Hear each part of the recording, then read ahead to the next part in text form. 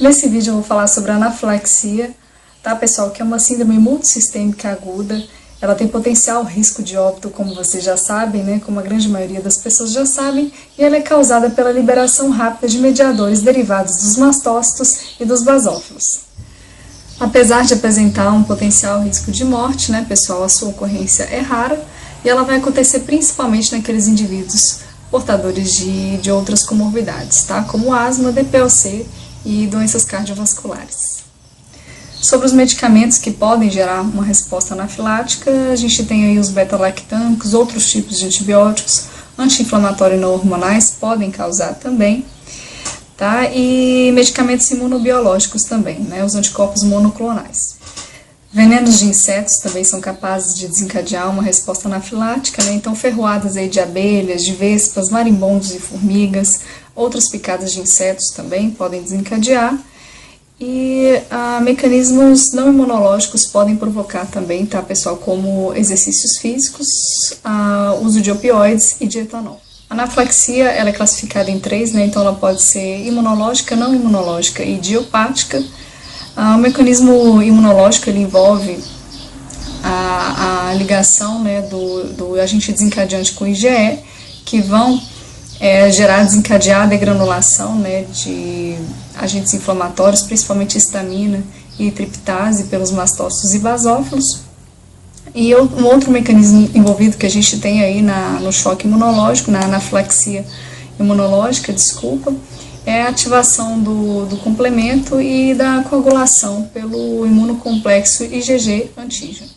Em relação ao mecanismo não imunológico, né, na maioria dos casos o agente desencadeante, que vai ser um agente medicamentoso, ele vai agir diretamente no mastócito, tá? E lembrando também que outras situações como exercícios físicos e o frio podem desencadear a anafilaxia. Sobre a anafilaxia idiopática, ela pode acontecer em até 20% dos casos, e aqui a gente não vai conseguir descobrir qual que foi a causa da anafilaxia.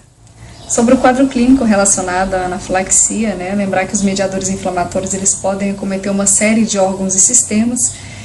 Começando aqui então, vamos falar então dos mais acometidos para os menos acometidos, né? As principais manifestações são as cutâneo-mucosas, que vão acontecer em cerca de 80 a 90% dos casos da anafilaxia. Então esses indivíduos vão apresentar sinais como rubor, prurido, placas urticariforme, angioedema, rache morbiliforme, piloereção, eritema labial, prurido e edema labial, edema de língua, úvulo e palato, eritema periorbitário, edema e prurido periorbitário, hiperemia conjuntival, lacrimejamento, prurido de canal auditivo, prurido em genitais, palmas e plantas. Os sintomas respiratórios eles vão acontecer em cerca de 70% dos casos, né? Então as manifestações relacionadas ao trato respiratório superior são prurido nasal, congestão, rinorreia e espirros. Na laringe a gente pode ter prurido, disfonia e rouquidão, além de tosse seca e disfagia. No trato respiratório inferior a gente pode ter aí sintomas como dispneia, aperto no peito, sibilos e cianose. Talvez passou um caminhão barulhento aqui na rua, vamos prosseguir, né? Em relação ao sistema gastrointestinal, essas manifestações vão acontecer somente em 45% dos casos, então eles podem manifestar náuseas, vômitos, tá? Diarreia, cólicas. Em relação ao sistema cardiovascular, também podem acontecer em cerca de 45% dos casos, e aqui os indivíduos podem apresentar sintomas como dor torácica, palpitações, taquicardia, bradicardia ou arritmias. Podem acontecer também síncope, pré-síncope, alteração do nível de consciência, hipotensão, liberação esfincteriana, choque e parada cardíaca. Manifestações relacionadas ao sistema nervoso central vai acontecer, é menos frequente, né? Vai acontecer em cerca de 15% dos casos, e as manifestações são sensação de morte iminente, cefaleia, confusão, tontura e alteração de comportamento. Nos lactentes a gente vai observar isso através de uma sonolência ou de uma irritabilidade, tá? Outros sintomas relacionados à anafilaxia podem ser uma sensação de gosto metálico na boca e disfagia, tá bom? Um ponto interessante aqui na anafilaxia é que pode acontecer uma resposta bifásica, né? É aquela situação em que o indivíduo ele vai apresentar sintomas após a resolução inicial, sem que tenha ocorrido ali uma nova exposição ao agente desencadeante, tá? Nos casos que isso vai acontecer, na maioria das vezes vai acontecer entre as primeiras 1 e 72 horas. Então, pessoal, existem, como eu já comentei aqui com vocês, né, uma série de sinais e sintomas que são muito sugestivos da anafilaxia, e através deles foram criados 3 critérios, né, para o diagnóstico da anafilaxia. Então, na presença de qualquer um desses 3 critérios que eu vou ler aqui para vocês, a gente pensa em anafilaxia, tá?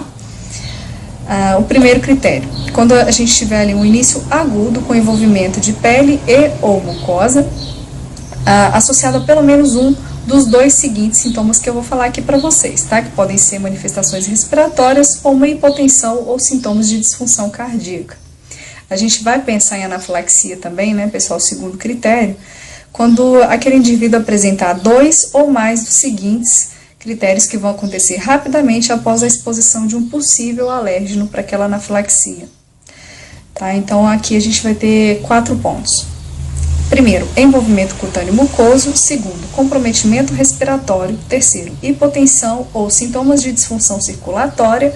Quarto, sintomas gastrointestinais persistentes. Então, aquele indivíduo apresentou pelo menos 2 desses, a gente vai pensar em anafilaxia após a exposição a um possível agente alérgico, tá bom?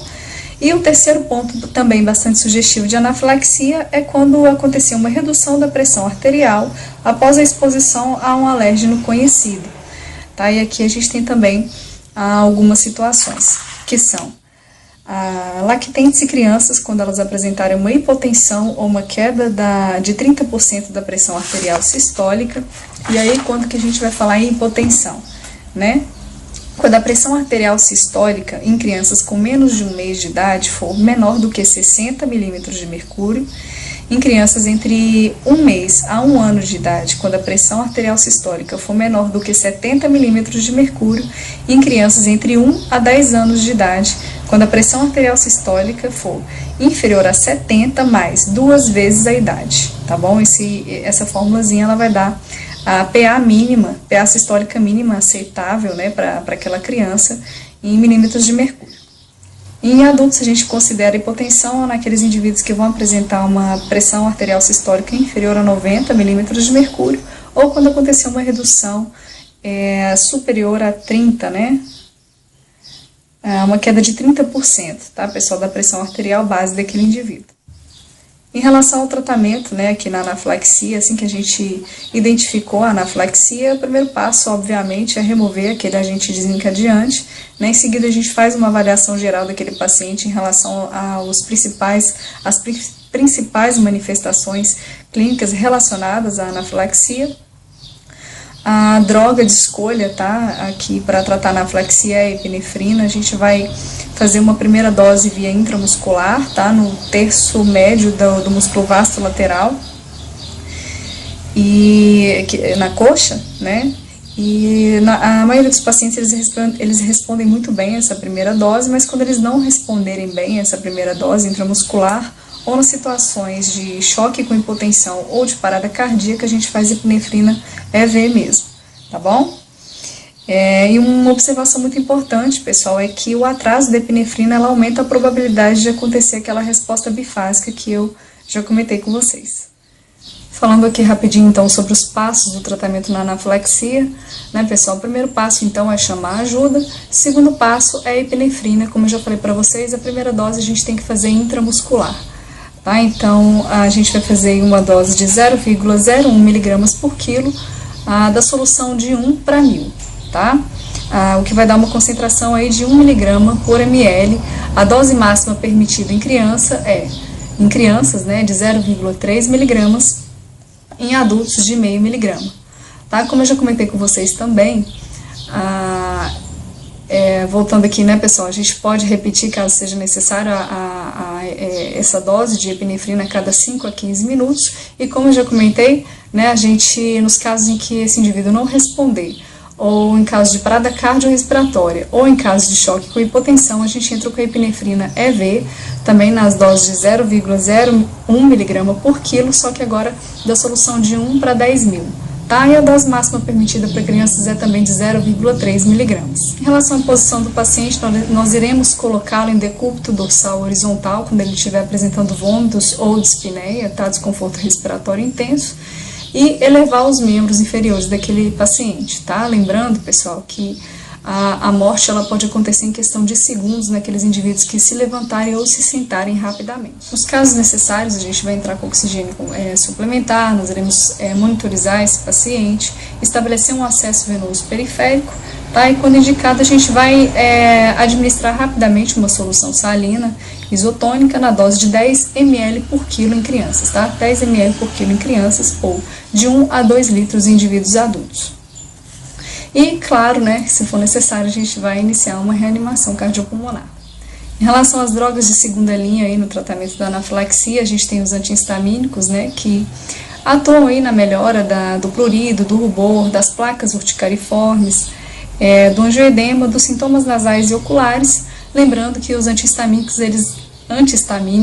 não tratam e nem previnem obstrução de vias aéreas superiores, hipotensão ou choque. A gente pode estar utilizando aí a difenidramina na dose de 1 mg por quilo, sendo a dose máxima de 50 mg. Em relação aos beta-2 agonistas, eles podem ser utilizados aí no tratamento adicional, né, do broncoespasmo, da tosse, da dispneia, naquelas situações em que a adrenalina não for suficiente para a melhora desses sintomas, e nós iremos utilizá-los, né, na dose por via inalatória da maneira habitual que a gente faz aí para tratar o broncoespasmo, tá bom?